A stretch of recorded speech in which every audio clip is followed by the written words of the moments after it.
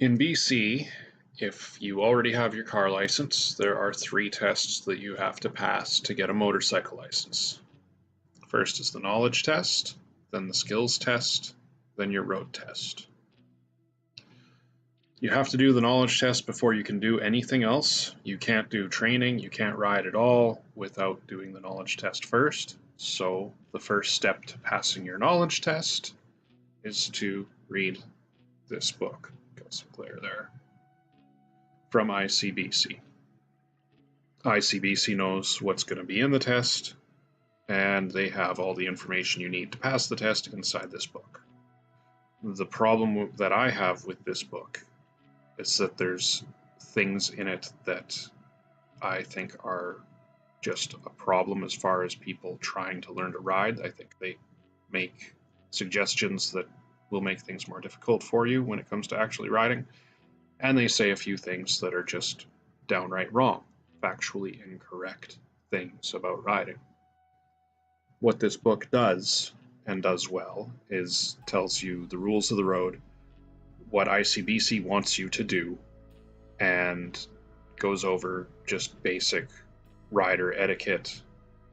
It is a worthwhile read. If you have not ridden, and even if you have ridden it, but you need to pass your test, you need to get your license, this book will make it very easy for you to pass your knowledge test. But don't count on the advice in this book to help you ride better. This is simply road rules, and that's pretty much what this book has going for it. There's a few things, like I said, that just irritate me. Right at the very beginning of this book, it talks about how to pick your first motorcycle. And they talk about the importance of being able to put both feet flat on the ground when you're sitting on the seat.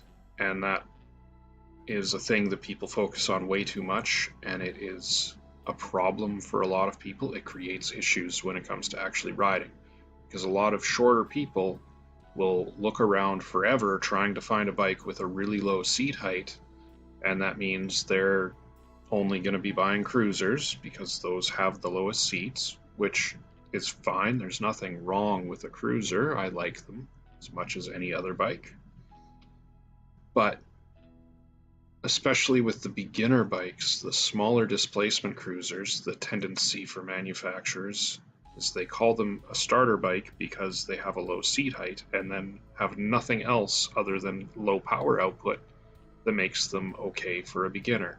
The handlebars tend to be a bit of a reach just because of where the seat is. The handlebars you've got to reach a little farther for them, which is not ideal for a short person.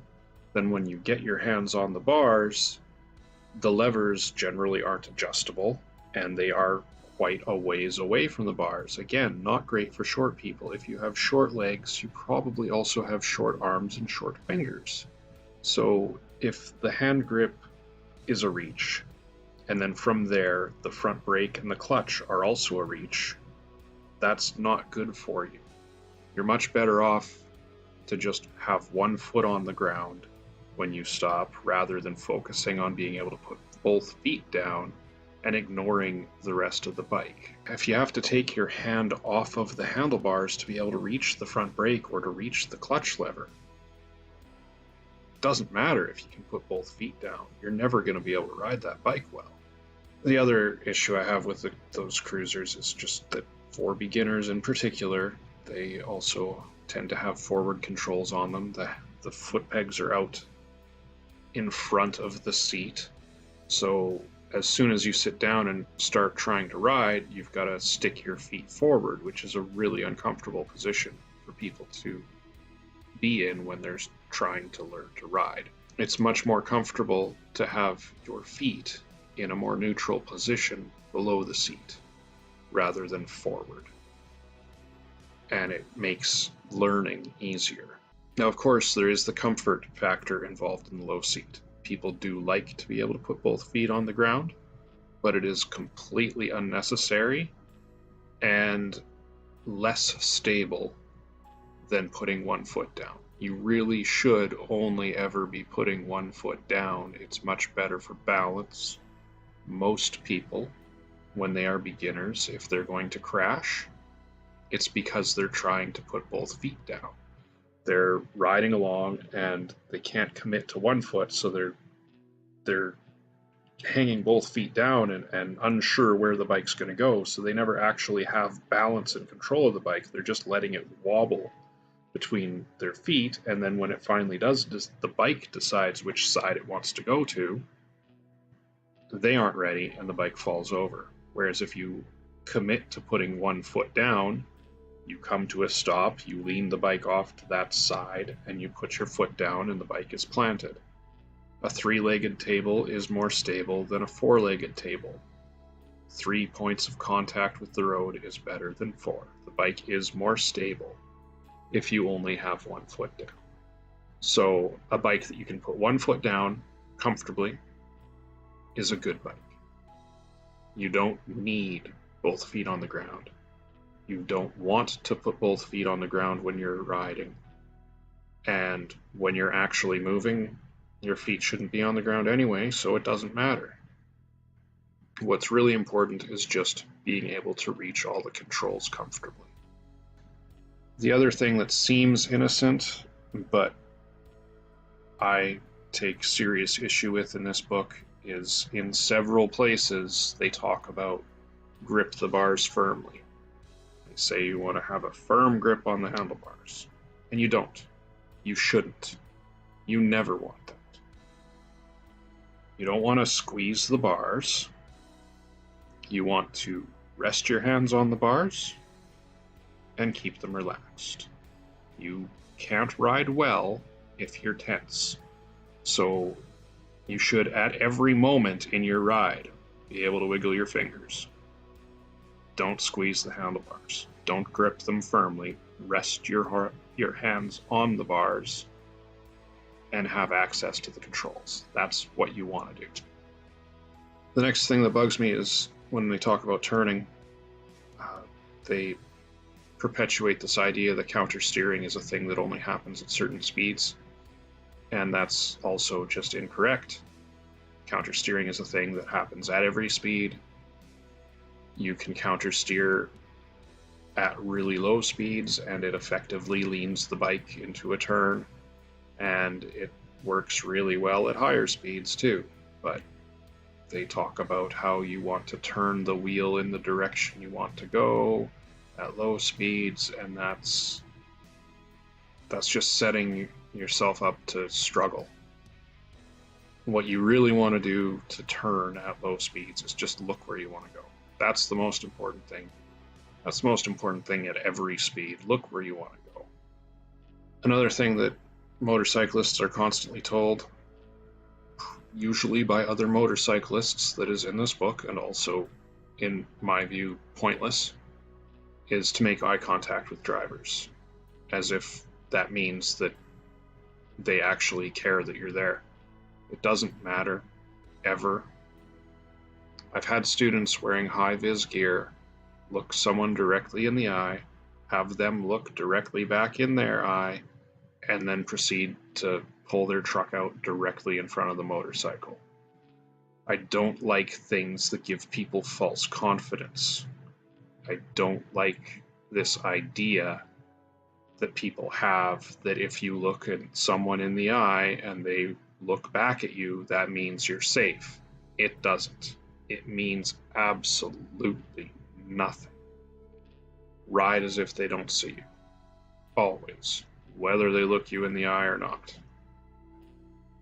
They also talk about different road surfaces, going over bumps, going over obstacles, things like that, and how you need to put the weight on the pegs, rise your butt out of the seat. And that is correct.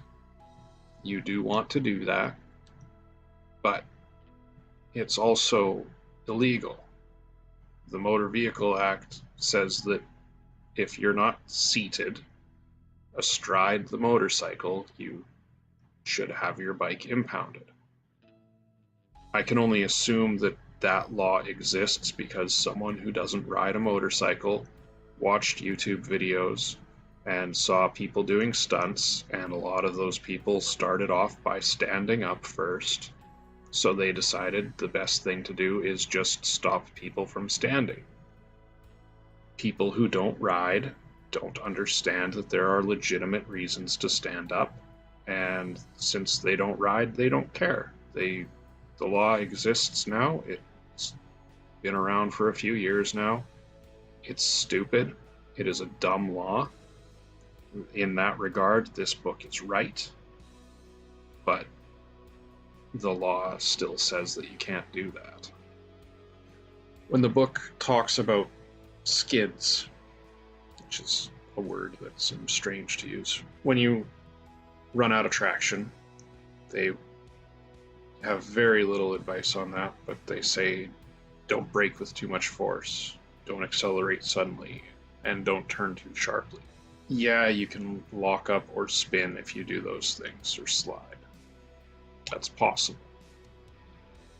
But the real risk is that if you're doing two of those things at once, either braking too hard while leaning into a turn, or all of a sudden grabbing a handful of brake while you're already leaned over in a turn, or getting on the gas really hard while you're turning. Those things are likely to lead to a bad situation, quite possibly a crash, but just one of those things on their own isn't likely to do that. Like braking, yeah, you can easily lock up your rear wheel and it can slide. That doesn't mean you're going to crash. It's how you react to it that dictates whether or not you're going to crash. Accelerating suddenly, you'd have to really hammer on the throttle to get into any sort of trouble if you're going in a straight line. Turning too sharply, there's got to be another part of the equation there. You don't crash just because you started to turn. There's got to be a bad road surface or something that leads to you losing traction in the middle of a turn. You got to be pushing really hard for that to happen without another factor involved. The biggest issue I have with this book is on page 151. It talks about wobbles and coping with them. And the advice they give is basically all wrong. The first thing, of course, that they say is to grip the bars firmly to dampen the wobble. Don't grip the bars firmly. Most wobbles are caused by gripping the bars too tight. That creates wobbles. The wheel is just going to move a little bit side to side. They do wiggle a bit. The road surface isn't perfect. The wheel isn't perfect. There's going to be some play there. It's going to move a bit. If you're relaxed, you'll never notice it. The bike will continue straight. Bikes are designed so that this happens. The bike does want to go forward. It doesn't want to wiggle all over the place. So as long as you let it go forward, it will keep going forward. So don't grip the bars firmly. That's going to be the thing that creates most wobbles in the first place. Then they tell you to go with the wobble while gradually slowing it down and don't try to fight it, which I don't understand how you're supposed to do that. Either you're trying to stop it or you're not. You want to try and dampen it? Sure, but you're not a hydraulic steering dampener. You're going to make mistakes.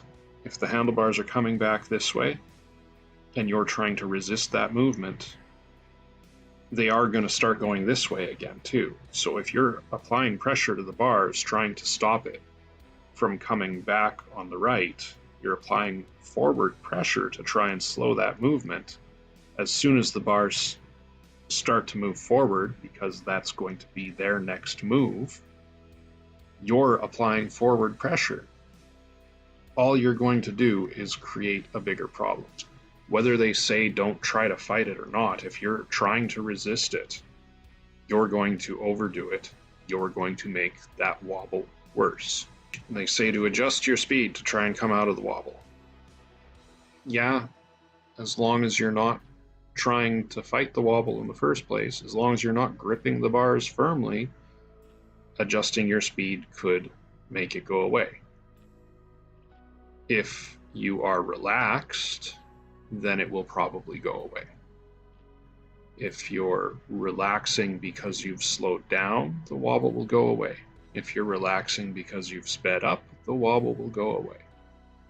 The wobble is almost certainly going to be caused by you. So whatever gets you to loosen your grip on the bars is probably going to get rid of that wobble, or at least make it much less significant. Then they say, do not apply the brakes. That could make it worse. Could it? Why? What about applying the brakes is going to make the wobble worse? Where is this idea coming from? I don't understand it. It doesn't make much sense to me. Then they say, rise slightly off the seat to move your weight down to the foot pegs, which of course means that you could have your bike impounded. Then they say to keep your weight as far forward as possible. This will help make the bike more stable. So, slowing down using the brakes will make the wobble worse, and using the brakes is essentially just putting weight on the front tire. But shifting your body weight onto the front tire, so putting weight onto the front tire, will make it better. So putting weight on the front tire will make it worse, and putting weight on the front tire will make it better. Makes perfect sense. Then they say that whether the wobble continues or stops, steer to the side of the road and stop. Examine your bike wheels, tire, pressure, load, adjust as necessary. That's pretty good advice. Figure out why the wobble happened. Generally, it's going to be you. So, get off the road safely. Take a breather. Figure out what happened. If there is a mechanical issue, sort that out. But just take a breather and figure out what went wrong and how to fix it. Wobbles are generally caused by the rider. A little bit of a wiggle in the front tire is to be expected. It's not a big deal. It's generally not noticeable unless you're gripping the bars firmly. If you have a tight grip on the handlebars, then you will most likely notice a little bit of a wiggle, and then if you try to stop that wiggle, then you will make it worse. And that's it. You will most often be the cause of any sort of noticeable wobble. I've ridden bikes with tires that weren't even, so that they had bumps on them basically, and they would shake. And as long as I stayed relaxed, they'd shim a bit. You'd get some wiggling in the front, but the bike would still go straight. And I've ridden bikes with worn out front wheel bearings.